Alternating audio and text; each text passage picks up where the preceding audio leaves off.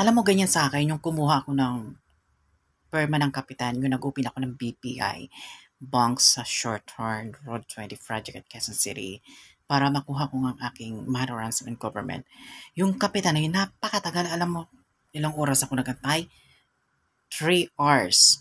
Buti na lang may isang assistant doon na LGBT o whatever and woman, yun na nag-assist sa akin na tinulungan ako na mapermahan yun at pinantay ako na dumating kong cap.